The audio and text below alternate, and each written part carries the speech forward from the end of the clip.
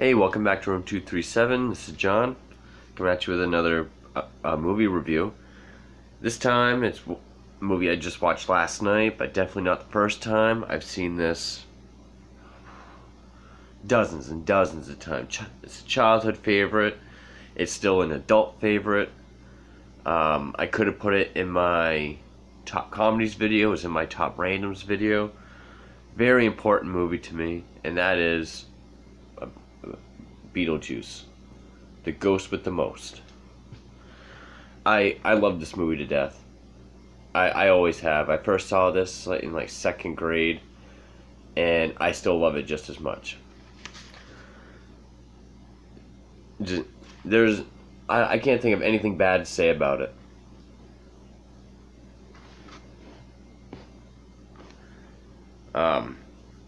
It's gonna be kind of a weird review because I don't really need to go into the plot. It's one of those movies that almost everybody has seen at some point in their life.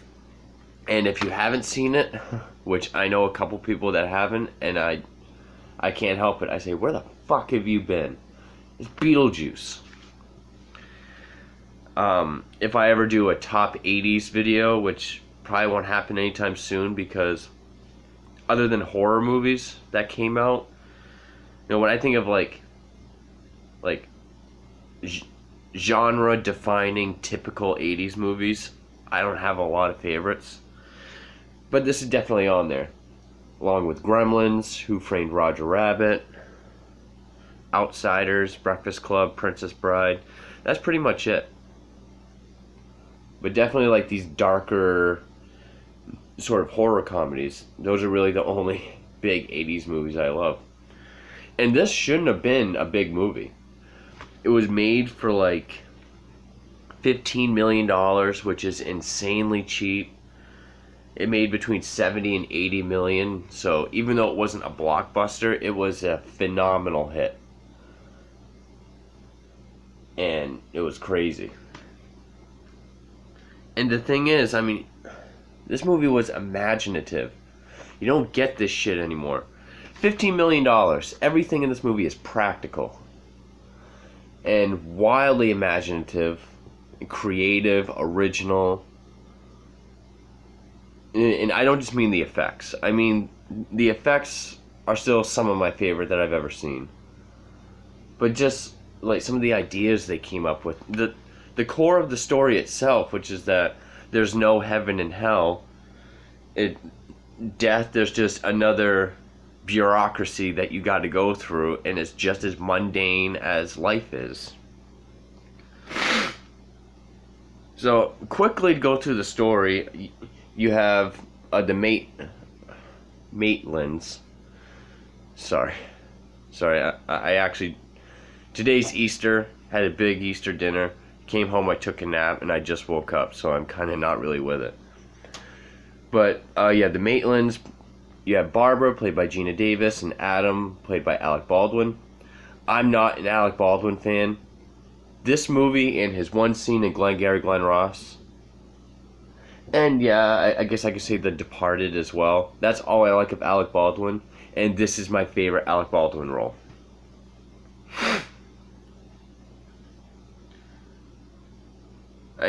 And as far as Michael Keaton goes, yes, there's Batman. Batman should always be at the top of my list for anything of any actor or director. But just watching Michael Keaton do this and how much fun he's having, I'd have to say this is my favorite, performance of his, for me. You can really tell he loves what he's doing. He's having a blast. And the back kind of doesn't really make sense. Is what's a yuppie ghost couple to do with their quaint New England home when it's overrun by trendy New Yorkers? The Maitlands are yuppies? Excuse me? They come from small town Connecticut. The yuppies is the fucking Dietz family. I don't know how well you can see that, but those are the yuppies in this movie.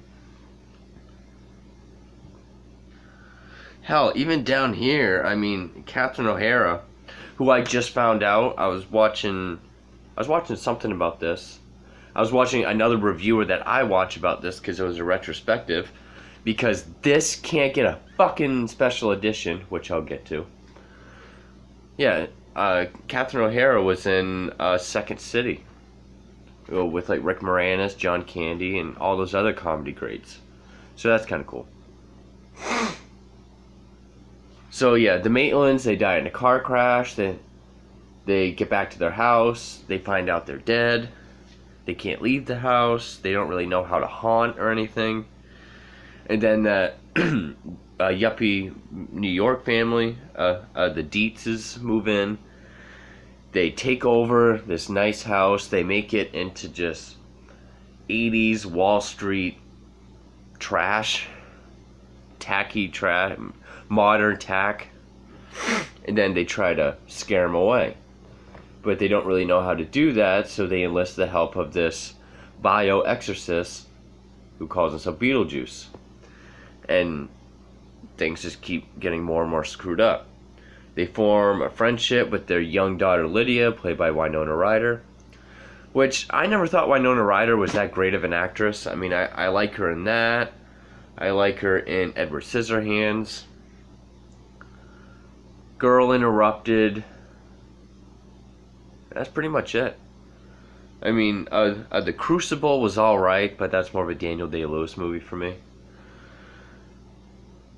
And you know, around all that, it's just a bunch of sight gags and jokes and special effects. And it's done very well. And like I even said in my random favorites video, I love this cover. Even the cover itself is very imaginable. You know, it's very simple. You get to see what you need. It's like they're haunting the house. They buy the house, and you just see all the different ghosts and dead people that you see throughout the movie. You know, you got like the shrunken head guy, the swimmer with the shark on his leg, the football team, that one guy who's like this, and like you see tire marks, so he's run over, and he's on this track, and he just slides through like I guess, what would be like the bullpen of death, like where all the paperwork goes. And, you know, the plot is so simple, but it's the effects and the sight gags and everything that is so beautiful. Like, when they first decide to try to scare this family, they don't know how to make themselves be seen. So, when Catherine O'Hara, who does a great job at playing a bitch in this movie, just a self-centered yuppie bitch, she does a great job at it. Her and this family friend, who's an interior designer, played by, oh god, what, it doesn't say on here, Glenn something. He was the voice of the mayor in Nightmare Before Christmas, and he was a big orangutan in Tim Burton's Planet of the Apes. He passed away a few years ago, which sucks. But, you know, he's a yuppie. You know, because he walks around like, well, we can knock down a few walls and we'll see what happens. So, just that kind of whatever. Like, they look in a closet. Gina Davis is like, I just like Ghostbusters, I can call them Adam and Barbara. Barbara's hanging, supposed to look dead, and they just don't see her, so she just grabs a hold of her face, rips it off. It's like a skeleton with eyes bulging out and a scream. They still don't see it. Just little sight gags like that.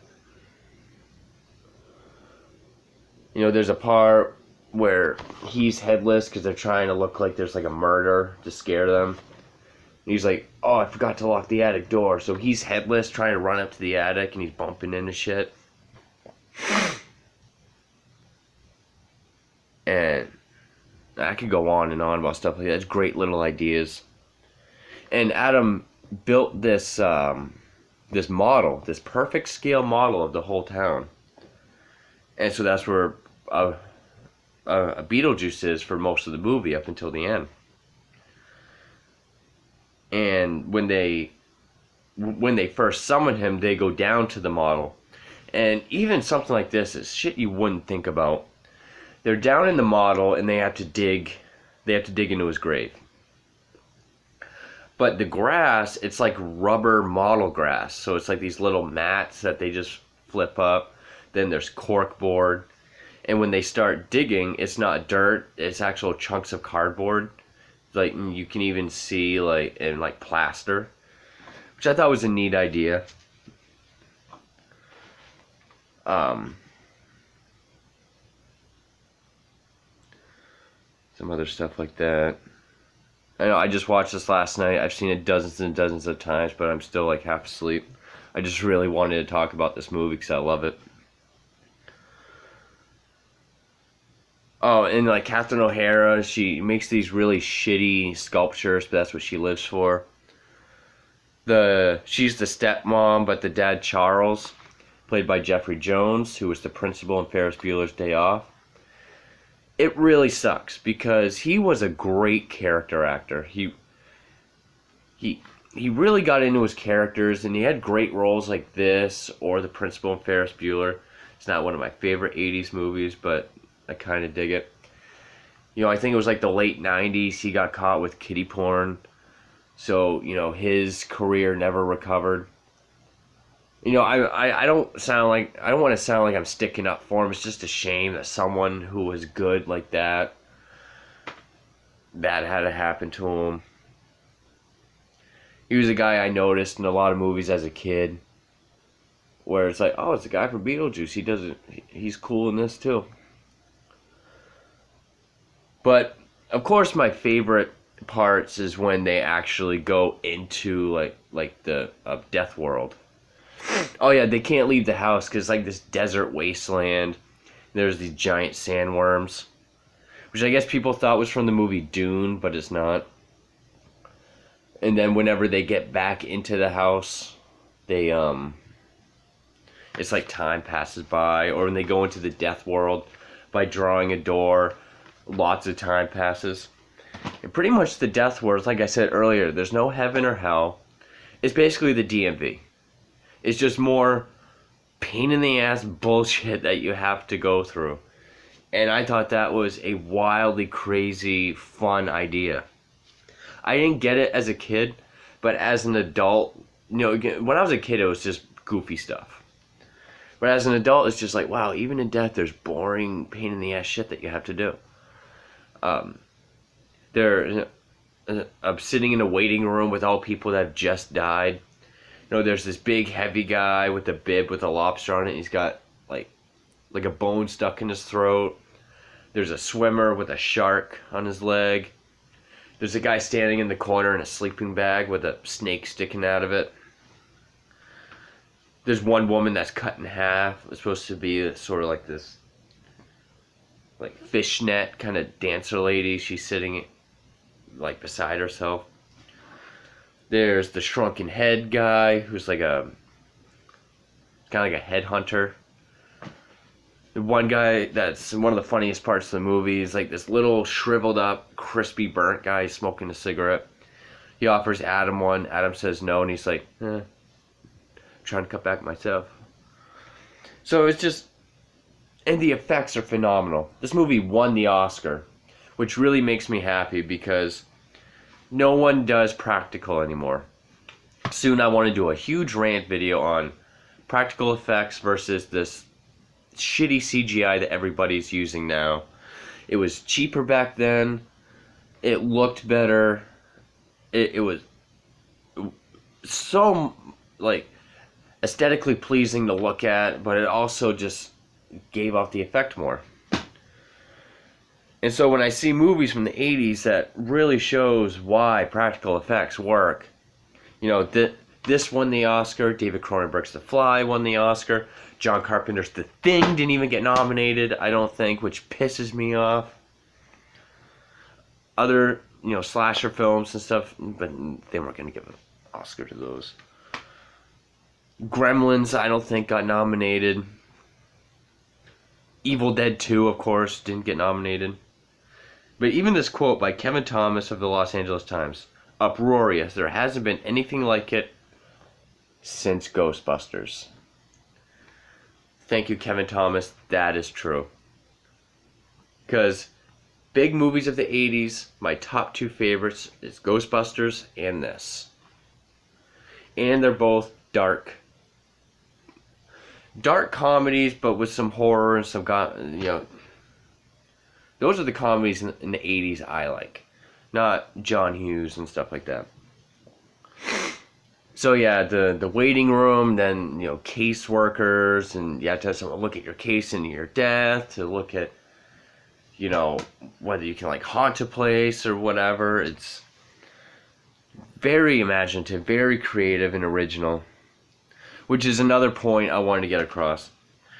I'm sure by now, with all the movies Tim Burton has made, people can look at Tim Burton movies as, if they haven't seen this, why would I want to watch that? It's just another Tim Burton movie. It's just going to be crazy, creepy, gothy looking stuff with some twisty humor. Well, maybe so. Maybe he's become cliche in the past couple years. Whether he's remaking stuff or he's doing movies like Dark Shadows, which I know is based on a TV show.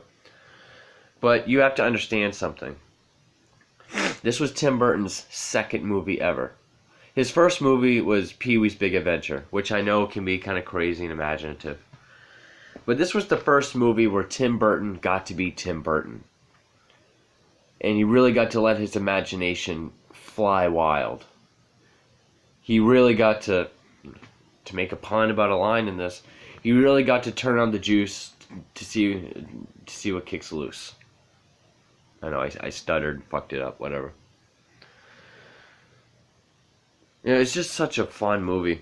And it's one of those movies that's great for kids and adults. Because when I was a kid, my brother and I, we used to go to my grandmother's to get on and off the bus. And Disney Channel, of course, they had their original movies, but then they would do a big movie for the weekends. And there was one weekend they were going to do this. And for some reason, it stuck with me. I was like, wow, that looks really cool and different. So I asked if we could rent it, and we did. And then we taped it, and I fell in love with it. I didn't realize it was going to be as much of a comedy, but second grade, I loved it. I watched it over and over again. I loved the score. This was probably the first Danny Elfman score I fell in love with. Even though I did see Nightmare Before Christmas when that came out back in 95. So I probably saw this around 99. And, just the, some of the comedy is, some of it is just really dry, but the rest is mostly sight gags or Michael Keaton's high energy. Michael Keaton loves Beetlejuice. This is his favorite character he's ever played. He was willing to come back for a sequel years ago, which was supposed to be Beetlejuice Goes Hawaiian. Which, even if Burton and Keaton came back, that sounds really stupid. Kevin Smith said it best, Beetlejuice covered its bases, why must he go tropical? I agree. And, people really liked how he looked at makeup. He said when he showed up the first day, people were chanting, juice, juice, juice. He was given free range to improv. I imagine where he was in makeup, he probably felt his identity was invisible, so he can just kind of lose himself. And no one else has ever done this, in my opinion. He had Robin Williams manic energy in this that was fun to watch. When they first meet and he keeps hugging them and trying to be you picked me. You didn't have to do it, but you picked me. Then asking where they're going, then he has the same clothes at him. He's like, hey, we even shop at the same store. Just going on and on and on. Or at the end, when he's trying to marry Winona Ryder's character, Lydia, the priest is like, do you take this woman? Bleh. And he's like, ugh.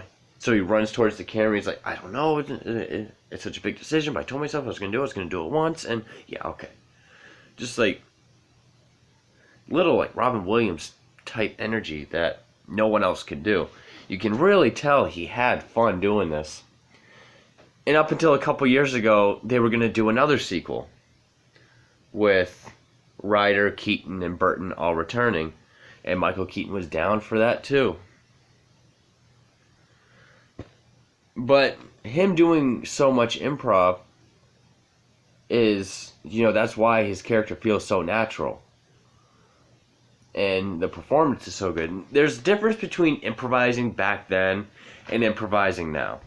Improvising back then, you worked with the character. You gave him personality. Improvising now is just to, I don't know, either to say dirty things or to make movie references in like a Seth Rogen movie. I remember one year when we were kids, we were either at Epcot or Universal Studios, and there was a Beetlejuice show, and the guy looked and sounded just like him. They did the two Harry Belafonte songs. That was a lot of fun. One other thing is, I guess the original screenplay for this was supposed to be like a horror movie. And again, like Ghostbusters, it was drastically different. I guess the Maitland's car crash was going to be much more graphic. Almost like a Final Destination death. Beetlejuice was going to be like this winged demon who would take the form of like a Middle Eastern man who wanted to kill the Dietzes and rape Lydia instead of marrying her or instead of scaring the family away. But again, like Ghostbusters, fate, destiny, karma. It got trimmed down and all this shit, and they made it work. Took out all that stupid shit. I guess Sam Kinison was supposed to play Beetlejuice. Which I could kind of see because he's loud and yelly, but I'm glad it went to Keaton. Why am I spitting out these random facts? Well, because now it's time to rant. This movie, like I said before, it made for $15 million. It made between 70 and 80 million just in profits. It was a big hit for them. Major hit. And they can never release a proper special edition. Like, this says special features. Bullshit. All it has really is theatrical trailer and interactive menus. That's it. The menu looks like the movie, and there's a trailer. There's also a deluxe edition, which has a trailer and 2 or 3 episodes from the cartoon show. Why can't we get a special... I'm sure Tim Burton would love to talk about... Some people say Tim Burton doesn't want to talk about that anymore. Bullshit. This is the first movie where he really got to make his own movie. Michael Keaton loves this movie. It's his favorite character he got to play. He was going to come back for that stupid Hawaiian movie. He was going to come back a couple of years ago for another sequel. I'm sure Winona Ryder would talk about it. I'm sure Catherine O'Hara would talk about it. I mean, I'm willing to bet Alec Baldwin will be an asshole, but you know what? Johnny Depp's never come back to talk about Nightmare on Elm Street, so fuck him. We don't need Alec Baldwin for this, and for a retrospective documentary. And this guy named Mike at OCP Communications on YouTube, he made an excellent point. Why can Warner Brothers put out a 2-disc special edition with documentaries for Batman and Robin and Battlefield Earth? 2 of the worst movies ever made. I've never seen Battlefield Earth, but Batman and Robin can bite my ass. That gets 2-disc special editions with hella features. Beetlejuice gets shit. That's why I'm giving out all these stupid facts. That's why I watch Mike OCP Communications, his retrospective video. He does retrospective videos for movies that can't get good editions. And that's horseshit. I don't even think Beetlejuice has a Blu-ray. It might. Actually, you know what? Just for the hell of it, I'm gonna look that shit up. Anyway, yeah, the 20th anniversary was the deluxe. That's what they called it, deluxe edition, with the cartoon episodes, and they didn't do Jack's dick with 25th anniversary. Oh yeah, that. Oh wait, so there's a regular Blu-ray. There's that 20th edition bullshit, deluxe edition. Then there's this. Oh, there's a steelbook. Okay. Well, hold on here. Also one of Gremlins, Goonies. Product detail. That's when it comes out. Okay. If this steelbook doesn't have features, then fuck Warner Brothers. Because that's horseshit. This movie deserves fucking features. Tim Burton, Michael Keaton, and Winona Ryder would definitely come back to talk about it. Danny Elfman will talk about his score. I can't remember the name of the guy who did the effects. Him and his company will come to talk about the effects they won the Oscar for. Especially if you remember when they first meet Beetlejuice and they ask if he can be scary, and he goes, "Oh, scary." I just love that. And he says, "Oh, what do you think of this?" And there's that loud, you see him from behind, there's that loud scream with like the spidery things coming up. Originally, we were supposed to see his face. They even created a scary face that they never used, which I thought was better. Again, what your mind comes up with is usually better than what's shown you on screen. But we will never know what that looks like unless we get features where people can talk about this shit. But anyway, yeah, that's the only ranting I could talk about when it comes to Beetlejuice. Is how we haven't got a good fucking edition. The movie itself is great. I love Beetlejuice to death. You know, Michael Keaton did a great job in Birdman. He did excellent as Batman. I might even like Batman better as a movie. I actually don't know. And if I'm saying I don't know what's better than Batman, you gotta know that I fucking love this movie. I mean, I first saw this in 1999, so I've been a fan of this movie for 20 years. I think you can feel my passion. But anyway, yeah, if you haven't seen it, you need to. You cannot say, "I love 80s movies," if you haven't seen this. Soon I'm going to be doing a Tim Burton collection discussion video. There's like 2 or 3, maybe 4 other movies I want to get before I do that. But at least I won't have to go. I'll probably still go into depth about this one because Nightmare Before Christmas is my favorite, and then this would be tied with Batman for the second place.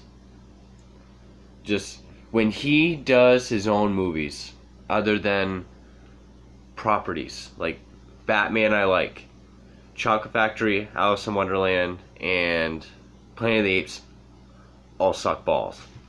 Batman's good. When he actually does Tim Burton stuff, it's phenomenal, and I love it. So, Beetlejuice, fantastic movie, childhood favorite, adulthood favorite. I could go on and on, but I'd just be repeating myself. I love Beetlejuice. So, with that, at room 237, John's out. Thank you.